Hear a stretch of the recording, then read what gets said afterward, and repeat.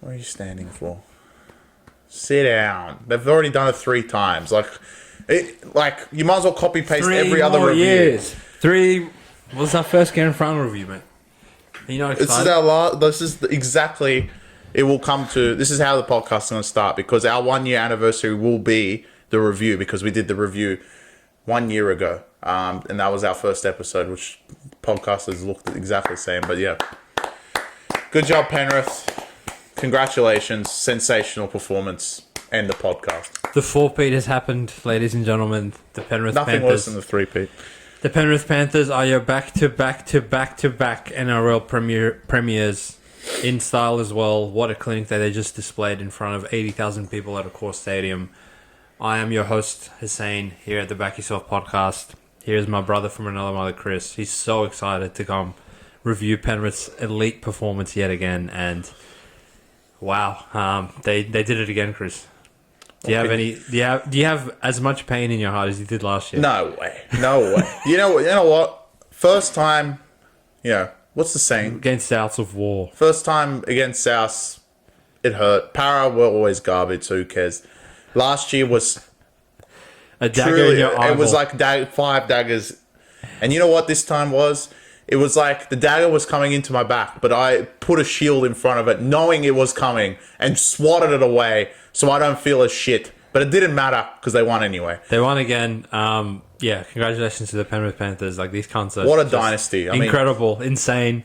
Shout out to the Melbourne Storm for a great season. Obviously, just falling short at the end against an all-time historically great side. But there was a little bit of reprieve for this one, and we won a best bet in the grand final. As far as the spread goes in the world, look, we came on, we said, Melbourne, why the fuck are these guys $1.70 without Nelson? Even though we expect them to win, I was like, I physically can't send this out as a best bet, knowing that the value is on Penrith at an underdog price. I'd said a couple of weeks ago that if you've been fading these all-time great sides in the finals, like across any sport really, Kansas City in the NFL, Golden State in the NBA, and now Penrith Panthers in the NRL, you're coming home with very empty pockets. So I was not going to line up to fucking take head-to-head $1.70 with no Nelson, right? So we sent out a bit of a tricky bet, which we're known to do from time to time. Melbourne plus 8.5 and under 49.5 total points. By half a point. So we won by half a point. Thank God. Clear Shout out to the Iceman Iceman for not doing this and putting his fingers up at the end of the game, tapping and going and seeing Lindsay Smith drop the ball. I think we're the only motherfuckers in the world that actually gave a shit about that play. Although, I don't even know for all those pricks on, Penrith 1-12, like, I can't imagine seeing Harry Grant score first and then seeing these motherfuckers win 13 plus. Like, that would have been god infuriating. But as far as our best bet goes, we do hit the best bet in this one. I did say on the preview that Liam Martin, if Penrith were to win this game, I believe he would be Clive Churchill medalist. Round of applause for Liam Martin. Yeah, what a performance. What a grand final performance. One that will go down in the history books. I think he was pretty much in absolutely everything and really stamped his authority on this game in a big way. I thought honourable mentions for some people that could have won it. I thought Isaiah Yeo was fantastic in the middle of the park where everyone was just absolutely gassed towards the end of the game. He was just taking carries, making 15 metres every time he took the ball up. Nathan Cleary, probably the best front rower on the field in this game, took more hit-ups than fucking probably Fisher Harris and Leota combined by the end of the game, so he was outstanding. Jerome Luai, thank you for your service, mate. A 4-time back-to-back-to-back. Now come do it at Tigers. Now come do it at Tigers, you fucking gangster. But I guess I could ramble on about the intricate details of the game for an hour, Chris, but do you want to jump in and give us your thoughts on how the game played out before I go on a rampage? I mean, what rampage are you going to even go? You want me to just go and just do this podcast by myself? Well, I don't mind. Look, it's just because I expected it so much. And what is truly infuriating is that as a punter, you always want to sit there and try and predict what's going to happen. And it's seemingly enough that I always seem to predict the shit that I don't want to happen, but it happens anyway. I wish we had that success around the shit we like. And you kind of saw it back. I don't know. I guess I'll have to rewatch the round 11, round 12 podcast when they beat Sharks, and I probably came on and all right, they're going to win the thing. Yeah. Who cares? And you know what? Melbourne did give them everything they had, but like we said, you beat them once, you beat them twice, and to beat them 3 times in one season has not been done in this era. I mean, Para also beat them twice in the regular season and then lost them both times in the finals that same, the year. So it's very hard to beat them 3 times. And Penrith just played the way I expected. Battered the middle of the park. God knows how many tackles Grant had. Wishart probably had 30 tackles coming off the bench, which is insane.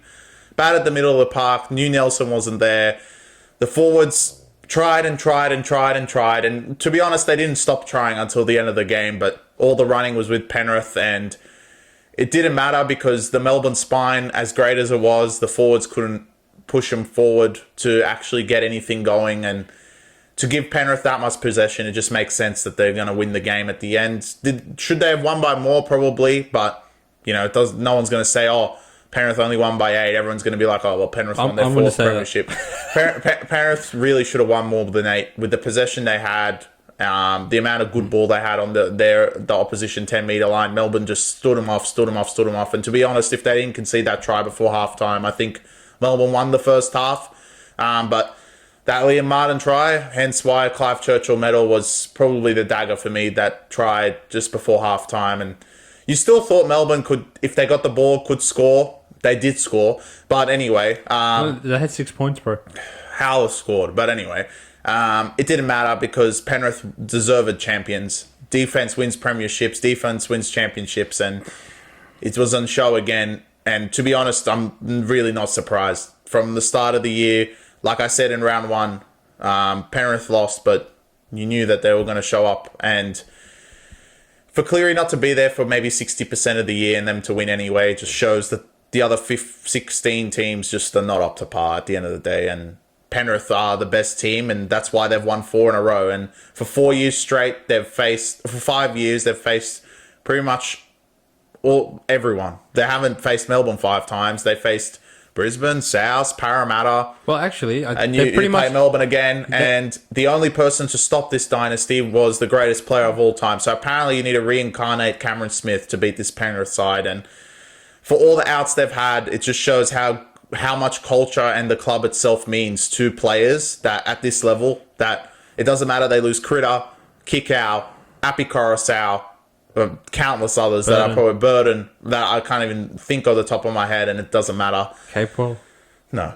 But those 4 the main ones, and they just win again. And to be honest, this Melbourne team was fantastic. Was it brilliant? Was it what we saw last year? No. So that's why I'm probably not as angry as I was last year, because I knew how good Brisbane were. But at the end of the day, it don't matter because they have the 4th ring on their finger, and Melbourne has won in the last 5 years, and everyone else can fucking kill themselves as far as I'm concerned, because fair enough, mate. No one can beat this team. Yeah, fair play. I want to just get this out of the way because I'm not going to harp on it too much. I think it'll be unfair to Penrith, but Howarth literally scored. I know Grant Atkins is a coward, but he literally did score. But yeah, exactly. But anyway, doesn't matter. Maybe it's a different ballgame at 12-10 or whatever the fuck, but I think the right team won anyway, and the right team probably was going to win anyway. But I don't think there's that much between these two sides, even after watching that 80 minutes. And Chris, you said that Penrith did exactly what you expect them to do, but they didn't really do that coming out of the gates, in my opinion. They threw the footy around. That first 20 minutes, I was like, wait, did Cowboys make the grand final? I don't know why they came out playing so expansive, and if anything, they dropped the ball in the first couple of sets. They had a 4-6 completion rate when Melbourne was 7-7 from that stage, and I was like, I'm very confident Melbourne's going to win this game, because if Penrith are going to change their play style and try and play like Melbourne, they're never going to beat them at their own game. So at that stage, I was like, what the fuck are Penrith doing? And while the ball was in play and the game was playing out in a normal way without variance happening as far as errors and whatever happening, I actually thought Melbourne were on top of them pretty well. You don't really see Penrith concede a fucking dummy half run the way Harry Grant just split between Liam Martin and Fisher Harris for him to get the first try of the game. And people are going to come out and say, Penrith are obviously going to win this game, blah, blah, blah. But at 6-0, the way Melbourne were on top of them for that first 20 minutes, I'm pretty sure if you were to poll anyone across the country, most of them would be like, oh, fuck, Melbourne's well on top of this game. And I was feeling pretty confident. At this point, we're on unders and +8. And I was like, there's been one try in half an hour and it's on to our side. All right, we're safe. Let's just see if Melbourne can carry on with the job. But from my perspective, I want to give Penrith credit first. I think they're the best team I've ever seen at applying pressure to the opposition. And these motherfuckers are just relentless. Like, in 80 minutes, they just don't let their foot off the gas for a second. And I thought Melbourne matched them in that area for, like, as long as they possibly humanly could. And a couple 6 again to give Penrith the ball, which I thought the refereeing was generally quite good outside of the try to Howarth. But they sort of let the boys play and decide the games themselves, which I appreciate. But a couple of 6 agains because Melbourne were just like really dying in the rock to that stage. And obviously you see Taruva score in the left corner to open up. At this point, still 6-4. And the avalanche of possession continues with Penrith. I thought I always forget his name because I call him Nappy.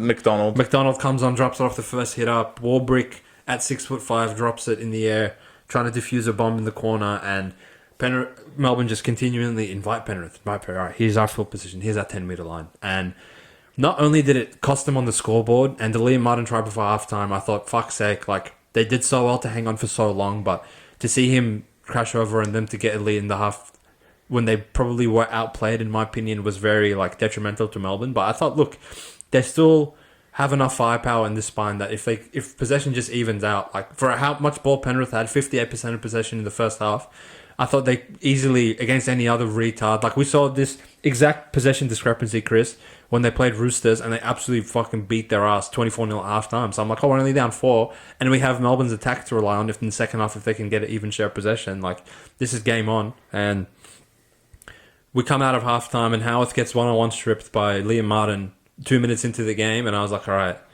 just call me in 10 minutes when we finally get the ball back, because Penrith's not going to, like, let up in any stage, right? So Melbourne again hung on for dear life, hung on for as long as they could.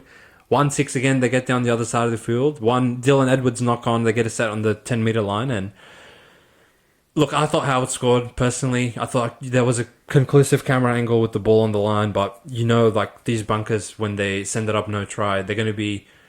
I feel like they are too scared to get roasted by the world for potentially, like, going out on a limb and saying, no, I disagree with the on-field ref. At least if they agree with him and fuck it up, they can be like, oh, we're somewhat following procedure here. We didn't have conclusive evidence.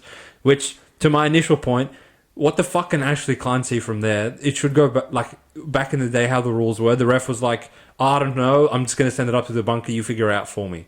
But he's like inclined to say, oh, I have a no try because there's 20 Panthers players there. Fair play to Penrith for getting across to them, but I really thought Howarth did score that. But from that point forward, I really didn't think Melbourne had any opportunities in this game to put a stamp on Penrith, and Penrith were just set by set just getting an inch closer, and when they get in that sort of arm wrestle sort of a contest, there's no really mowing them down. Sure, I think Melbourne definitely missed Nelson in a lot of ways, and he would have definitely helped them get down the other end of the field, but I really don't think he would have made a difference to the full-time scoreline.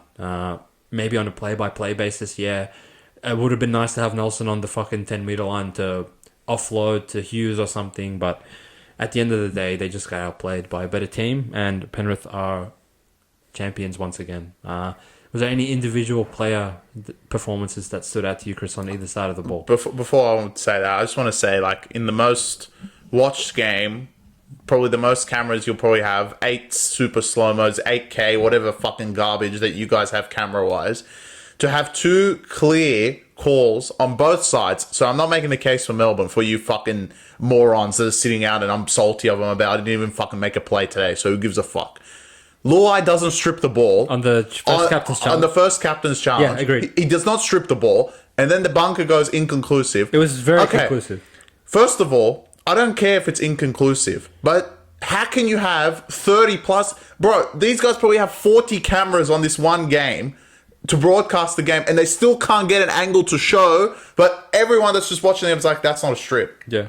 And then, again, obviously, the talking point that everyone's going to fucking make views about is the Howarth try, which on the first view doesn't look like a try. You slow it down, you can see the ball's on the ground, but apparently they just don't... Inconclusive. I feel like that should be not allowed in the grand final, because inconclusive, if you go to fucking KO Stadium with Dolphins and say inconclusive, fair enough. They have 3 cameras there, poor angles, blah, blah, blah. It is literally the most important game of the year, and they still fucking put inconclusive for 2 key moments of the game. First game would have been huge for Penrith if that was actually a knock-on instead of a penalty. And on the other end, Melbourne scored to make it 12-10. And absolutely don't have the running play, and all of a sudden they're in front. Anyway, that's all. That's my rant on the game, because other than that, I was just sitting there like, who cares? That up, Individual, Liam Martin, awesome. I think like his aerial threat and the workload he gets through is insane. The league is just based off fitness after today. Well, Dog showed us that 12 rounds ago. Nathan Cleary was fantastic. Luai, pleased to this at Tigers. On the Melbourne front, Xavier Coates was amazing. Even though he dropped the ball, his run from the back really saved him a lot of times, trying to get meters from the back. Eli Katoa, who saved 3 tries that they actually should have fucking led 30-0. So Eli Katoa would be my man of the match from Melbourne. And you know what? He scored and he plays like an idiot 90% of the time. But Harry Grant was amazing today. To pay 80 minutes in that sort of warfare that you had to play in. I know Mitch Kenny did the same thing, but it's different having 40% possession to 60% possession, especially in this sport. And Harry was basically there on his own. And he still scored the only try Melbourne had. So I think that would be my 3 on each side. Yeah, I totally agree with Harry Grant. And a beaten side to just have like 60% possession conceded to Penrith, and he was responsible for making 57 tackles in the middle of the park. Never really wavered. I thought he was incredible. I thought Melbourne's best player was Eli Katoa. Again, saved 3 tries, looked like a force with the ball in hand, was made all the little effort area plays that you would expect out of a Dalian, second row of the year. Didn't really get much quality ball from the best halfback in the world, apparently. Didn't really do much today, which I'll get to him. But outside of those two, like, I thought Munster tried his tail off. Execution was probably not where it needed to be. Maybe they just didn't have enough ball, but he did execute the bite on Alamoti quite well, which I don't think who gives a fuck. It doesn't look like, who cares? Yeah, who cares? And does anyone else really stand up to me? Probably not. The Olympian. He was fucking awful, and Howarth was awful as well. Meaney actually had to go, I would say. I thought Meaney tried his tail off, and he really didn't do anything wrong. Yeah, but he didn't score. I wanted him to score for you. It's true. So that's on Melbourne side. Pappy and Hughes, I've been banging the table the whole season saying these are the 2 best players on this Melbourne Storm team. I know Munster has the reputation and he's a big game player, and I know Harry Grant is considered the best hooker of the competition, and I respect both of those things, but where Melbourne do most of their damage is on that right side with Pappy tuning into the back line with Hughes, and I did not see them get much quality ball at any point in this game, which was a shame to see. When you look at the scoreboard and see, I made the point that Melbourne have been scoring 44 points on average in the last 7 games they've played, and you see 6 points to 1 scoot to Harry Grant. Really just goes to show like these boys really were not getting that execution to the extent that they had been in pretty much every other game this season, bar Dragons, because how can you beat them? On the other side, again, I said pre-game, I think Liam Martin is a good shout for Clive Churchill. I thought he was deserving of that award. He was fantastic. Scored a try, won the aerial duel with Coates, believe it or not, the 6'7" winger. Liam Martin outjumps him, catches the ball, and then they score in the corner with Alamoti to make it a 2-possession game. Nathan Cleary really was taking the line on like a madman. Maybe, why, I don't know. He was definitely better in the Broncos grand final, but I thought he kept the defense honest the whole night. Luai was good. Edwards was good outside of a few silly errors. Brian To'o went off for 20 minutes, still had 215 running meters, which was insane. And on the forwards, I thought, Isaiah Yeo was like, what a captain's knock from this guy. Like, does this guy ever fucking get tired? Apparently not. He's just capable of just playing 80 minutes in the toughest environment. It doesn't even look like he's had a jog yet, which is insane to me. Mitch Kenny was good as well. Didn't really do much with ball in hand as normal, but defensively put a lot of pressure on the Melbourne middles. And really, I can't think of a Penrith player that didn't play good, which is epitome of their club and why they've been so successful for such a long time. So, 4 straight premierships for this team. Incredible performance. They are the best in the NRL for a reason, and like cunts really need to start looking in the mirror of what the fuck they need to do to put an end to this garbage. Because if I have to see a 6th grand final in a row with these motherfuckers in there, then like I really were like, we'll give them more flowers because they deserve it, and they are human, right? Sometimes you will forget, and like I come on to the point saying these kinds of like AI generated fucking robots in a lab that they can just play this style for 6 years, not deviate from it, and just keep getting results. But someone's like really needs to step up and put an end to this garbage, in my opinion. That's a nice way of putting it. You think so? I got nothing else to say because I'm gonna save it for 2025 preview because next year is something else, and this is not the 5. Like, if they can win another premiership without Burton, Kikau, Api Coruscant, Critter, Luai, Fisher Harris, Turuva, and Capewell. I truly believe the league might as well pack up and just never play the sport again. Just give them the premiership every year. Yeah. I mean, this year was like, I knew it was going to come, so it's fine. Next year, you other 16 retards, wake up! You can't let them make the grand... I don't want to watch a grand final again with their pink jerseys. I'm good. End this shit. God's sake. You can't lose to fucking Talangi. Come on, boys. Wake up. I have a question, Chris, that probably the people watching this podcast are thinking to themselves, as far as your take goes. That if you can say from round 11 that you expected these cunts to win, why did you then go and tip Melbourne in the grand final? Because they were so good. And finally, which was interesting actually, I was surprised they actually stayed at $1.70 until the kickoff, because I thought every casual under the sun would just be like, oh, Penrith are $2, let's take them. If anything, it pushed further. And what's interesting is that finally people thought, you know what? You know what I heard all week this week? Bro, I don't want Penrith to win. No one wants Penrith to win all of a sudden. But today, it didn't matter. Want them to win, don't want them to win. As long as I don't want them to win, they win anyway. So next year... But next year is like, it's not even testing fate. Because, like, to be honest, there is no reason for them to go win a 5th grand final. And if they can just shift and move every single fucking player and just insert another player and they're just the best team ever, then what's the point of having a premiership? Just let Penrith win have a premiership without Penrith. You know what? If you make the grand final with Penrith, you've won the comp. That's the way I would define it if they win next year. Yeah. I truly believe this sport has just become... If it's just purely fitness, it's literally fitness and just drilled. That's all it is. Yeah, but no one can execute it like these cunts, so... Well, clearly not. For it, I guess it's insane. Like, to just... But then teams still come back unfit. Like, have they not watched the last 5 years of this dynasty? I don't know what to tell you. I don't know. I thought, like, Melbourne... They fucked up the key possessions of the game with, like, errors and gifting Penrith. Yeah, because they were tired. I don't think they were unfit. I thought they actually hung in there so well, in my opinion. Any other team would fucking concede 50 points to Penrith from that stage. Yeah, but you could argue that same thing Sharks did last week. Yeah, I know. It doesn't matter with these cunts. But Sharks, first of all, got all the calls and they played them in I understand, but if Sharks played got tonight, to the same point. No, if Sharks played tonight, these guys would have lost by 40. I agree, but my point is, it gets to a certain point and then their team falls off. Melbourne, even with 10 minutes to go, they got the possession that they didn't score and should have taken the 2 anyway.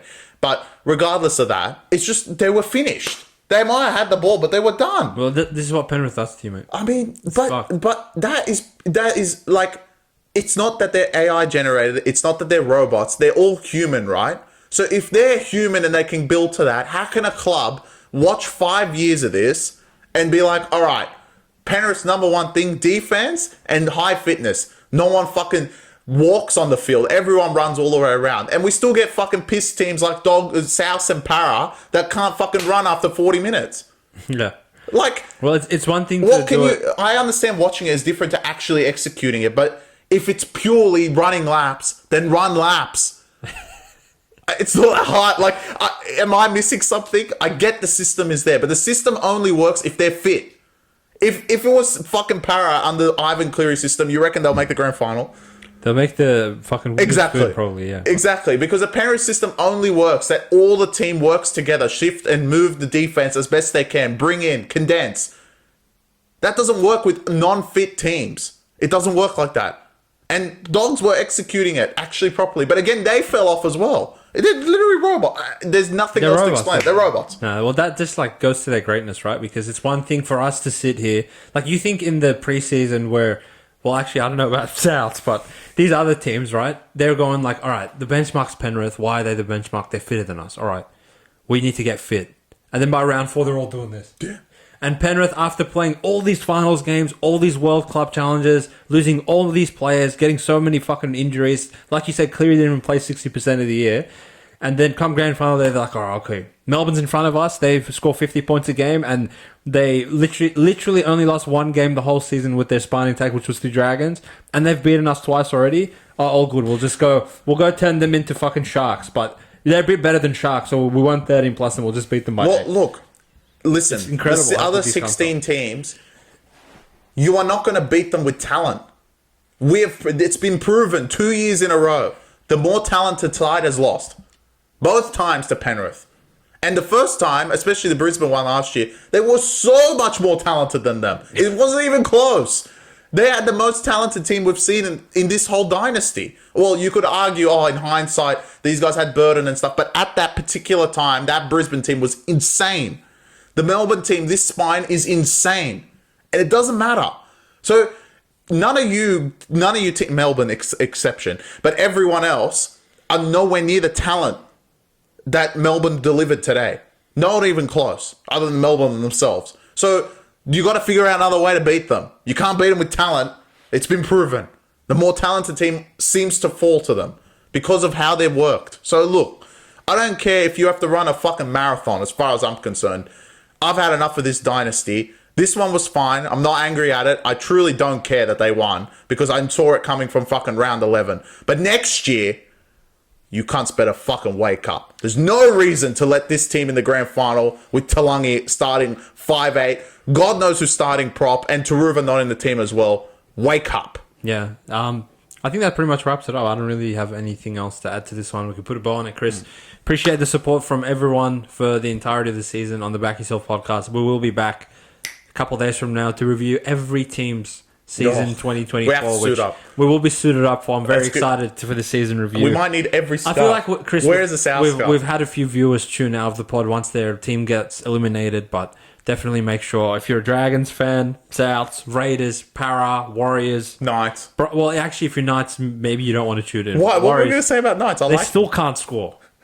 It's simple with these guys, but yeah, make sure you tune into our season review. Other than that, we hope you enjoyed the grand final.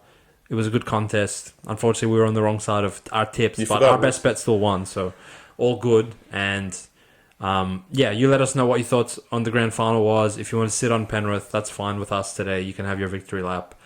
The Melbourne boys, you will be back next year with Nelson and with Stefano, so hopefully you can put an end to this. Maybe they'll win again. Misery, but other than that, I'll say sayonara on the 2024 season. Peace out, guys. Peace. Enjoy. Take care.